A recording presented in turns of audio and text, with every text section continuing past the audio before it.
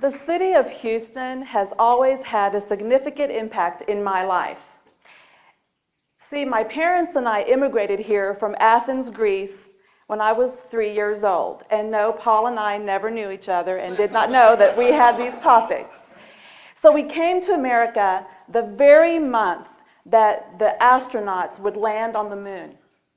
We came in July of 1969. My dad excitedly bought a little house.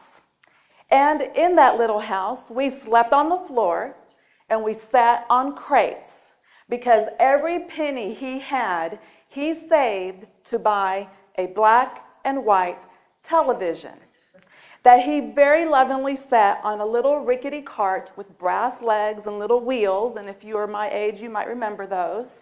And he placed it in the most prominent place of the house, the first room you walked into. And on July 20th, 1969, Mom, Dad, and I sat on crates, eating fried chicken for the very first time in our lives, and watched the astronauts land on the moon. It was awesome. We celebrated this amazing, amazing event. And we celebrated that we had just moved to the country, not just the country, the city that was all taking place, Houston, Texas. As a 3-year-old, the significance kind of didn't weigh as excitedly on me as my parents. But up to this day, astronauts are my heroes. I read about them. I read interviews that they give. I want to learn what they know about courage, about leadership, and just about going out there and doing the impossible.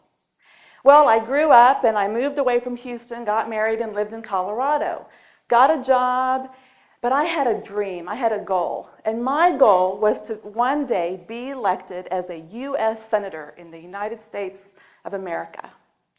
So, I did what I was supposed to do. I volunteered, I got involved, and 4 years later, I got a phone call. Leah, your name is on the short list. Your state senator has just stepped down to run for another office, and we have a vacancy. You are one of 3 people being considered to be a state senator. I would have been the youngest female state senator in Colorado history. I was on my way. And then the phone rang, and Houston called. Yeah. There was a company in Houston that had been courting my husband and made him a job offer that we both decided together he couldn't refuse. So we packed up and moved to Houston. And with that move, my dreams of ever being a state senator or any other senator pretty much died. We lived here a few years, and then we moved to Austin, Texas, where we've been most of our lives. And about 5 years ago, when I was in Austin, I started a consulting business. I loved helping people do speaking and presentations, and it was just getting to the point where I wasn't having to work as hard. It was getting to the point where, like that cusp, when now it's going to be dynamic and I'm actually have name recognition and people are actually calling me for business. And then the phone rang again. And you know who it was? It was Houston. Houston was calling again. And almost like before, there was a call. My husband's company wanted him to take a position, a great promotion, to run a different division. But he had to be at corporate, and guess where corporate was? Houston.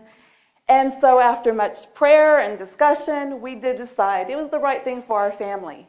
And so we packed up the car, came up I-10, and 2 years ago this month, we landed in Houston.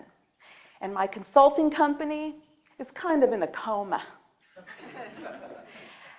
You know that movie, Apollo 13, where Tom Hanks plays the astronaut Lovell? You remember when the oxygen tank explodes in the film and he radios into Houston Command? You know the little phrase he says that we all use? My personal motto now, you want to say it with me? Houston, we have a problem. Yeah, and this was now personal between me and Houston. But I didn't just stop there. I took it one step further. Houston, you are the problem.